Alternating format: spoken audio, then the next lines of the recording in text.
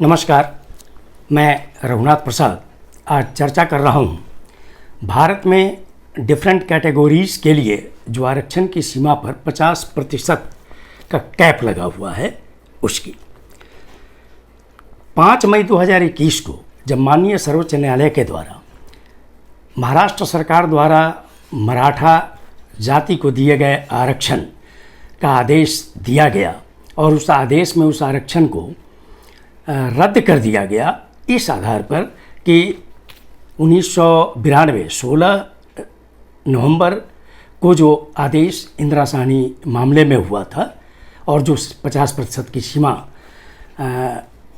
बांधी गई थी उस आधार पर।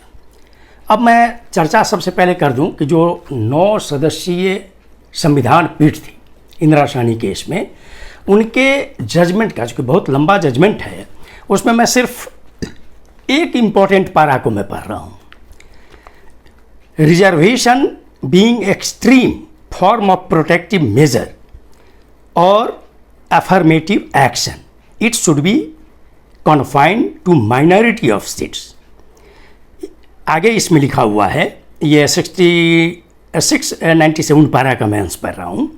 Even though the constitution does not lay down any specific bar, but the constitutional philosophy being against proportional equality, the principle of balancing equality ordains reservation of any manner not to exceed 50%। यही आधार है। उस समय भी तमिलनाडु के आरक्षण को, जो उस वक्त 69% की सीमा थी, उसको अक्षुण्ण रखा गया और सरकार ने बाद में इसे कॉन्स्टिट्यूशन के 9th शेड्यूल में रखकर जुडिशियल परव्यू से पूर्णतः अलग कर दिया। अब मैं चर्चा करता हूँ 103rd अमेंडमेंट का।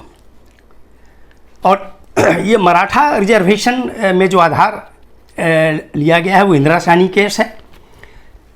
और अब मैं चर्चा करता हूँ कि 103rd अमेंडमेंट जो हुआ उसमें 10% इकोनॉमिकली वीकर सेक्शन के लिए आरक्षण की व्यवस्था की गई केंद्रीय सेवाओं के लिए भारत सरकार के द्वारा।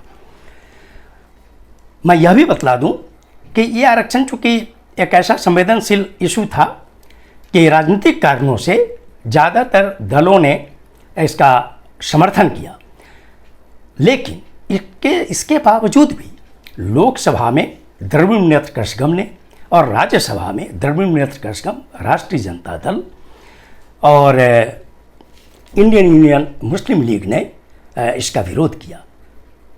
कुछ पार्टियां वॉकआउट कर गईं राज्यसभा में, जैसे आम आदमी पार्टी, सीपीआई वगैरह।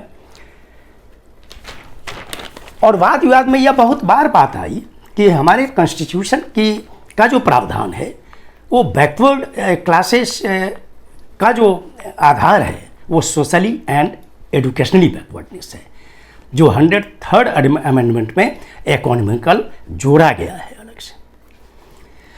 जब केंद्र सरकार ने ये आरक्षण लागू किया ईडब्ल्यूएस का 10%, तो उसी समय वो कैप खत्म हो गया। सेंट्रल सर्विसेज में 49.5% रिजर्वेशन था, इस 10% के बाद वो कैप वैसे ही खत्म हो गया, वो 59.5% हो गया।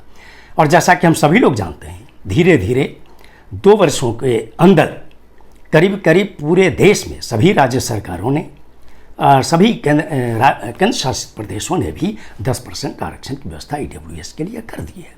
और मैं समझता हूँ कि 80% स्टेट्स ऐसे हैं जहाँ 50% से अधिक आरक्षण अभी भी दिया जा रहा है। अब ये प्रश्न उठता है कि क्या वो 10% ईडब्ल्यूएस आरक्षण क्या इंदिरा साहनी केस के द्वारा जो सीमा बांधी गई थी 50% की, उससे अलग है? यह भी आप सभी जानते हैं कि ईडब्ल्यूएस आरक्षण के संबंध में कई केसेस ऑनरेबल सुप्रीम कोर्ट में हियरिंग में हैं और ये 5 सदस्यीय कॉन्स्टिट्यूशनल पीठ को रेफर किया हुआ है। जब तक उस केस का फैसला नहीं होता है तब तक इस कैप की सीमा में जो इफ बट है ये स्थिति स्पष्ट हो भी नहीं सकती है। अब मैं आता हूँ 102nd अमेंडमेंट, चूँकि 103rd बाद में आया है, 102nd अमेंडमेंट में सुधार की आवश्यकता पड़ी केंद्र सरकार को, इसलिए कि जब मराठा आरक्षण से संबंधित आदेश पारित किया जा रहा था तो 102nd अमेंडमेंट ने एक बहुत बड़ी भूमिका अदा की। उसमें ऑनरेबल सुप्रीम कोर्ट ने कहा कि इस अमेंडमेंट के बाद नेशनल बैकवर्ड कमीशन को जो कॉन्स्टिट्यूशनल वैधता दी गई है वो तो सही है, लेकिन अब बैकवर्ड क्लासेस की आइडेंटिटी, उसकी लिस्टिंग का अधिकार सिर्फ महामहिम राष्ट्रपति के पास होगा। स्टेट्स ऐसी लिस्टिंग नहीं कर सकते हैं।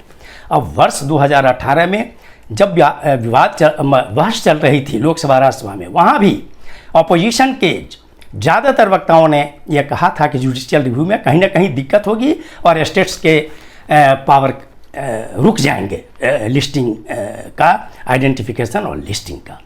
लेकिन खैर जो स्थिति आई, अब 127th अमेंडमेंट की इसलिए ज़रूरत पड़ी कि जब ऑनरेबल सुप्रीम कोर्ट ने मराठा आरक्षण में कह दिया कि स्टेट्स को अधिकार नहीं है, तो इंटरप्रिटेशन के संबंध में केंद्र सरकार ने रिव्यू पिटीशन दायर किया जो रद्द हो गया, रिजेक्ट कर दिया गया। तब जाकर 127th अमेंडमेंट आया for the restoration of power of identification and listing of backward classes bye states. 10 अगस्त को और 11 अगस्त को क्रमशः लोकसभा और राज्यसभा में पूरे दिन की बहस के बाद सर्वसम्मति से इस अमेंडमेंट को पास कर दिया गया और राज्यों का जो अधिकार 2018 के पहले था वो बरकरार हो गया। लेकिन ज़्यादातर वक्ताओं ने ऑपोजिशन पार्टीज़ के इस बात को रखा है, मैं समझता हूँ कि एनडीए के घटक दलों ने भी इस बात को रखा है कि जब तक ये 50% कैप के संबंध में केंद्र सरकार कानून नहीं बनाएगी तो समस्या का निराकरण नहीं हो सकता है। वो अगर अधिकार वापस भी हो गया तो क्या होगा? क्या इससे मराठा आरक्षण, पटेल का गुजरात में आरक्षण, जाट का हरियाणा का मामला, गुर्जर का राजस्थान का मामला, लिंगायत का कर्नाटक का मामला सुलझेगा? जब तक 50% कैप विभिन्न माननीय सांसदों के द्वारा बात रखने के बाद जब केंद्र सरकार की ओर से ऑनरेबल मिनिस्टर सोशल जस्टिस ने अपनी बात रखी तो उनके द्वारा भी ये कहा गया कि चूँकि इंदिरा साहनी केस का फैसला के हुए लगभग 30 वर्ष हो गए, 50% कैप पर विचार की आवश्यकता है इसके। तो मैं समझता हूँ कि भारत सरकार को सर्वप्रथम सभी दलों की राय से ऐसी व्यवस्था करनी चाहिए कि ऐसा कानून बने कि 50% कैप की सीमा समाप्त हो जाए ताकि देश की बहुसंख्यक आबादी को निश्चित तौर पर वाजिब अधिकार मिल सके।